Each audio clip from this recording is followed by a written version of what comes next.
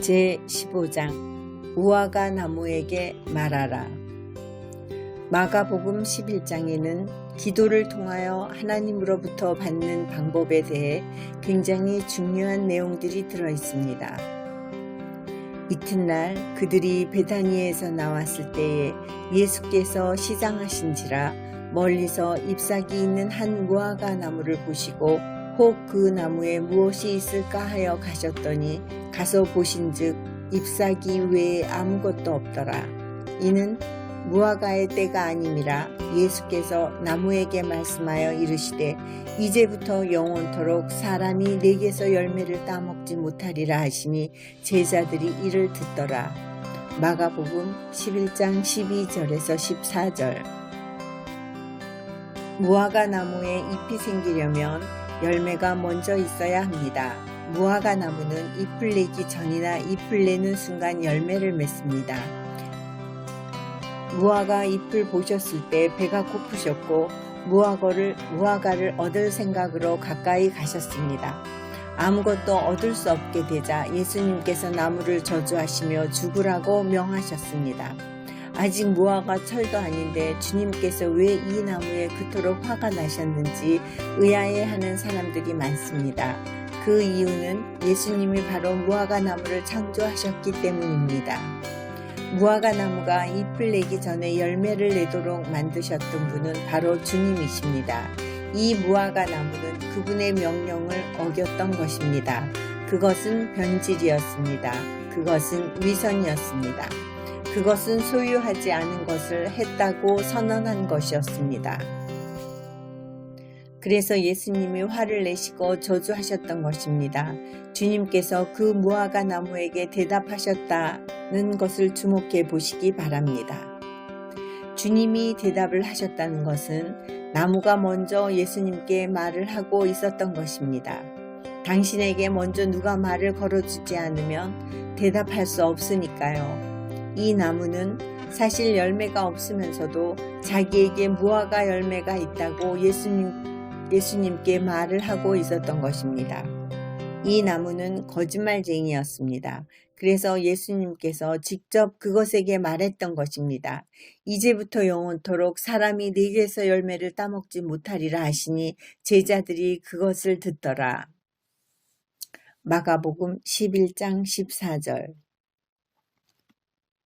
그들이 아침에 지나갈 때에 무화과 나무가 뿌리채 마른 것을 보고. 마가복음 11장 20절.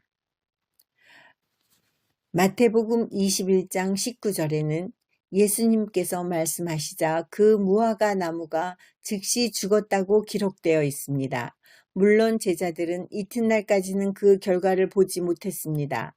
그리스도께서 말씀하신 바로 그때 기적은 일어났고 무화과 나무는 말라 죽었습니다. 그러나 그 나무는 뿌리부터 말랐기 때문에 땅속에서 일어난 것이 땅 위로 나타나는 데는 대략 12시간이 걸린 것입니다. 기도할 때 일어나는 일이 무엇인지를 보여주는 아름다운 그림입니다. 보는 것만으로는 알 수 없음. 하나님은 영이시며 영의 영역에서 움직이십니다. 하나님께서 영적 세계에서 행하신 일이 자연 세계에 나타나기까지는 보통 일정 시간이 걸립니다. 이 사실을 알지 못하는 사람들이 너무도 많다는 것에 저는 놀랐습니다. 대부분의 그리스도인들은 만일 하나님께서 어떤 것이 이루어지기를 원하시면 그때 짠 하고 이루어지는 줄로 생각합니다.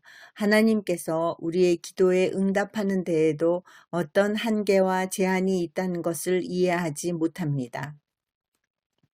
주님께서는 하늘과 땅을 창조하실 때 일정 법칙을 가동하셨습니다. 주님께서도 이 법칙을 따르십니다. 그렇기 때문에 영의 영역에서 실제인 어떤 것이 자연적 영역에 나타나기까지 얼마간의 시간이 걸리는 것입니다. 예를 들면 다니엘 9장에서 하나님은 그분의 대천사들 중 하나인 가브리엘을 명하여 다니엘의 기도에 응답하게 하셨습니다. 하지만 가브리엘이 나타나서 주께서 명하신 것을 이루는 데는 시간이 약 3분 정도 걸렸습니다. 다니엘 10장에서는 하나님의 사자가 다니엘의 응답을 가지고 나타날 때까지 21일이 걸렸습니다. 왜 하나님께서 한 기도에는 3분 반에 응답하시고 다음번 기도에는 3주나 걸리신 것입니까? 하나님이 그렇게 하신 게 아닙니다. 하나님은 두 기도 모두 즉시 응답하셨지만 첫 번째 사자가 나타나는 데에는 3분이 걸리고 다음번의 경우에는 3주가 걸렸던 것입니다. 변수는 하나님이 아니십니다. 하나님은 이랬다 저랬다 하지 않으십니다. 2번 다 기도 요청이 있자마자 즉시 보좌에서 명령이 떨어졌습니다. 간단히 말해서 이 이야기에는 우리가 이전에 이해했던 것보다 더 많은 것들이 들어 있습니다. 이에 관해서는 저의 강의 당신의 기도가 응답되지 않는 것 같을 때 어떻게 해야 하는가를 참고하십시오. 하나님의 말씀은 질병에서의 회복을 약속하고 있지만 즉시 나타날 것이라고 약속하지는 않으셨습니다. 마가복음 16장 18절은 이렇게 말합니다. 병든 사람에게 손을 얹은즉 나으리라 하지만 만일 하나님께서 원하신다면 나는 치유받을 수 있으며 이 증상은 즉시 떠날 거야 라는 생각은 성경적으로 입증될 수 없습니다. 치유를 얼마나 빨리 경험하느냐를 결정짓는 데는 많은 요소들이 있습니다. 전에 에이즈에 걸린 한 여성을 위해 기도했었는데 저는 질병이 떠났음을 알 수 있었습니다. 그리고 그 질병으로 인해 손상된 몸이 회복될 수 있도록 하나님의 기름 부음을 풀어놓았습니다. 제가 말했습니다. 당신이 에이즈에서 완전히 치유된 것을 믿습니다. 지금 에이즈의 증상은 없지만 몸은 에이즈로 인한 손상에서 회복이 되어야 할 것입니다. 자세한 것은 저도 잘 모르지만 당신의 몸이 다시 예전처럼 회복되려면 얼마간 시간이 걸릴 것입니다. 완전히 회복하는데 며칠 걸릴 거예요. 만일 당신이 기도를 받고 즉시 결과가 나타나지 않을 경우 뭐야 아무 일도 일어나지 않았잖아 라고 하고 싶은 유혹을 물리치십시오. 아직도 힘이 없는 느낌이 들더라도 몹쓸 질병은 당신의 몸에서 완전히 사라졌을 수 있습니다. 당신이 볼 수 없는 곳에서 많은 일들이 일어나고 있습니다. 하나님께서 움직이셨나 아닌가를 분별하기 위해 오감만을 사용하려 한다면 당신은 하나님께 속한 것들을 놓치게 될 것입니다. 하나님을 믿으라. 예수님께서 이 무화과 나무에게 말씀하신 것이 즉시 이루어졌음에도 불구하고 그 결과는 24시간까지 눈에 보이지 않았습니다. 때로는 하나님께서 이미 이루어 놓으신 것이 자연적 영역에 나타나기까지 일정 시간이 걸립니다. 베드로가 생각이 나서 여짜옵되 랍비여 보소서 저주하신 무화과 나무가 말랐나이다.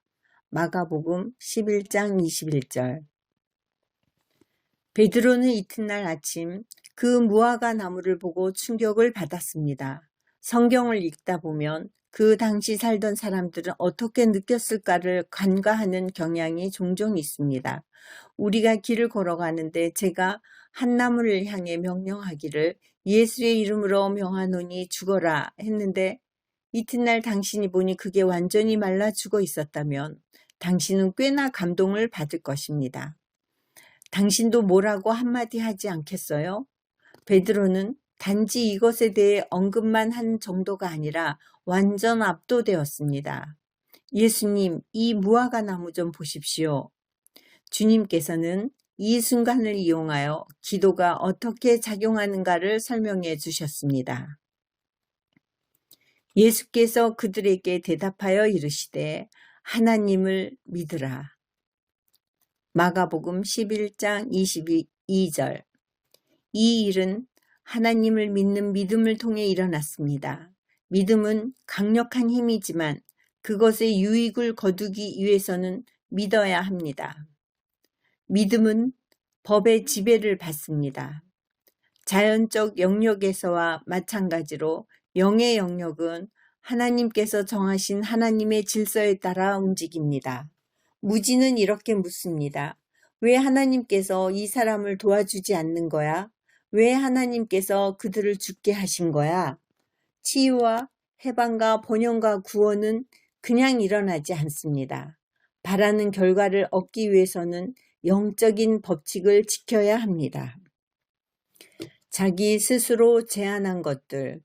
자연 법칙은 전기를 지배합니다. 예를 들어 전력은 고무보다는 구리를 통해야 더 잘 흐릅니다. 하나님께서 그렇게 해야 전기가 통하도록 만들어 놓으신 것입니다. 전기의 법칙을 사용해야 우리의 유익을 위해 전력을 통제하고 이용할 수 있습니다. 그러나 그러한 법칙을 이해하고 적용하기 전에 우리는 전기 없이도 일을 했습니다. 사람들은 전기의 유익이 없이 수천 년을 살았습니다. 이것은 그것에 대한 지식이 없었기 때문이지 지능이 떨어져서 그랬던 것은 아니었습니다. 옛날에도 머리가 뛰어난 사람들이 많이 있었지만 그들은 전력이 무엇인지 또는 그것이 어떻게 작용하는 것인지 전혀 알지 못했습니다. 전기는 하나님께서 창조하신 이래 항상 지구상에 있었지만 그것을 사용하기 전에 그것을 지배하는 법칙을 발견해야 하였습니다. 만일 전기가 과거 이집트 전성기나 솔로몬 시대 혹은 예수님께서 지상에 계실 때 사용되었더라면 어땠을까 생각해 보십시오. 전력은 이미 이 땅에 존재했었지만 우리의 무지로 인해 그것을 가동시키지 못했던 것입니다.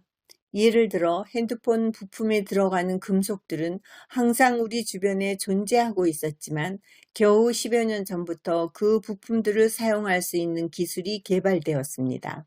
이런 것들에 대한 지식만 있었더라면 오늘날 우리가 사용하는 많은 것들을 오래전부터 사용할 수 있었을 것입니다. 과학기술의 진보는 우리가 그것을 지배하는 법칙을 발견할 때 가능해집니다. 언젠가는 물을 가지고 자동차를 움직일 수 있을 것입니다. 그때 우리는 뒤를 돌아보며 가솔린을 연료로 사용했던 것을 무지했다고 생각할 것입니다. 우리가 이런 것들을 향유하지 못하고 있는 유일한 이유는 아직 그 법칙들을 발견하지 못했기 때문입니다. 하나님께서는 하나님 자신과 그분이 창조하신 우주를 그분이 말씀하여 존재하게 하신 법칙으로 통제하십니다.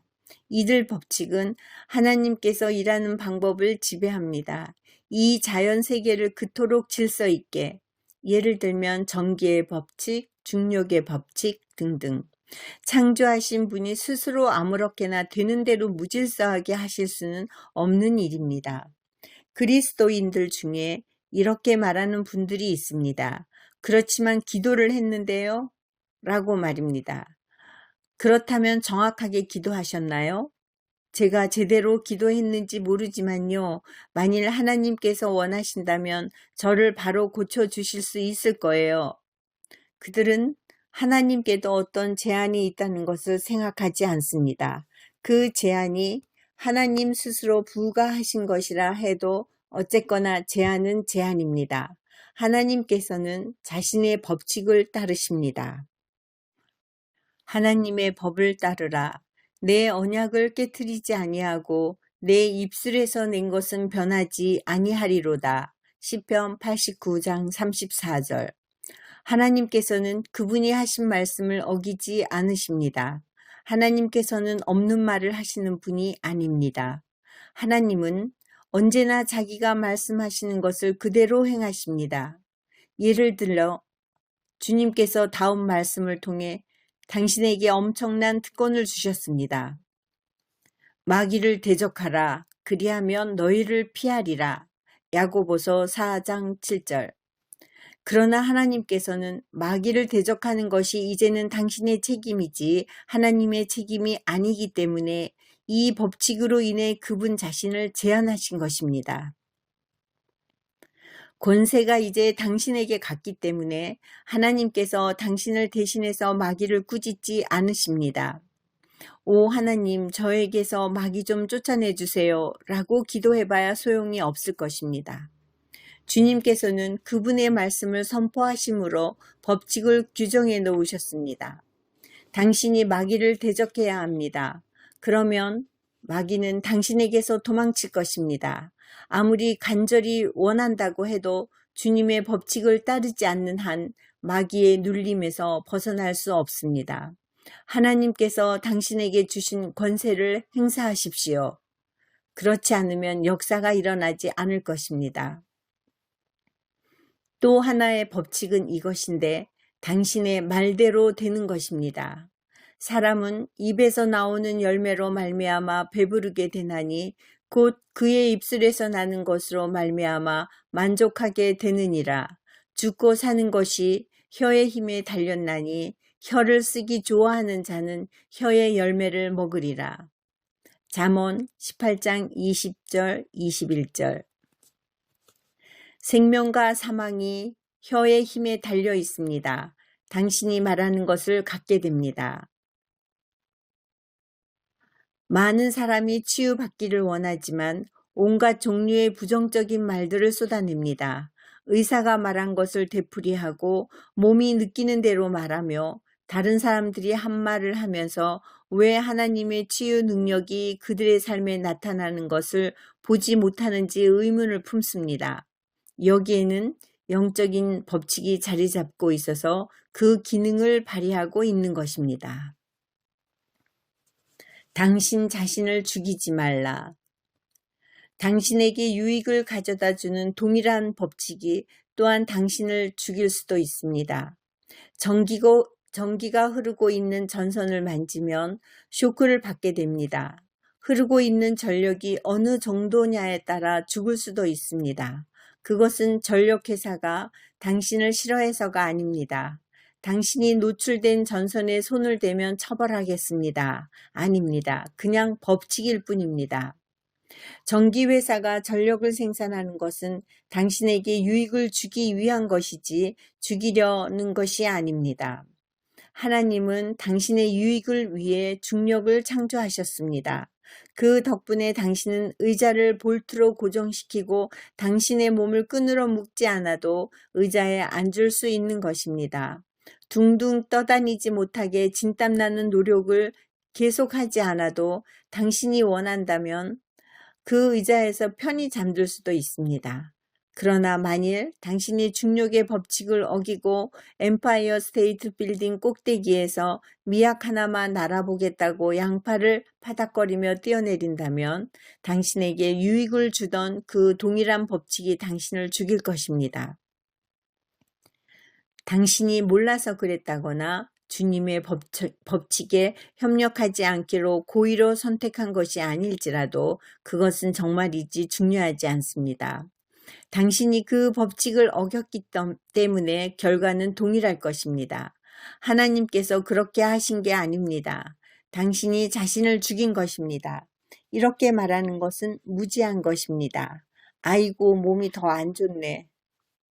의사 말이 2주 후면 죽을 거라고 했는데 나는 죽어가고 있어. 그러고서 돌아서서 기도합니다. 하나님, 주의 뜻이면 제발 좀 저를 고쳐주세요. 아멘. 그런 후에 사람들은 종종 하나님께 화를 내면서 왜 치유를 받지 못하느냐며 의문을 제기합니다. 그들은 믿음의 법칙을 어기고 있고 불신앙의 말을 함으로써 자기 자신을 죽이고 있는 것입니다.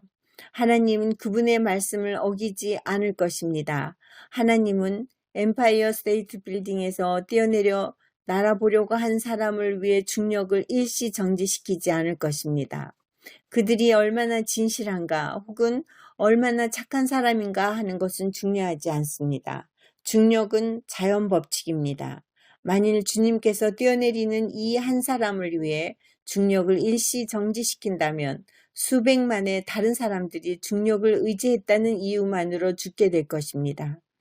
당신의 뜻이 훌륭하다고 해서 하나님이 그분의 법칙을 자연 법칙이든 영적 법칙이든 일시 정지시키지는 않습니다. 당신이 직접 문제에게 말하라.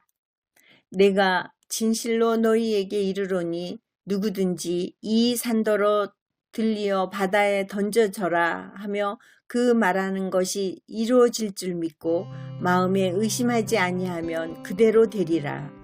그러므로 내가 너희에게 말하노니 무엇이든지 기도하고 구하는 것은 받은 줄로 믿으라. 그리하면 너희에게 그대로 되리라. 마가복음 11장 23절 24절. 주님께서는 문제에게 말을 하라고 우리에게 명하십니다. 이것이 기도에 대한 진리인데 대부분의 사람들이 놓치고 있습니다. 산에게 말하라.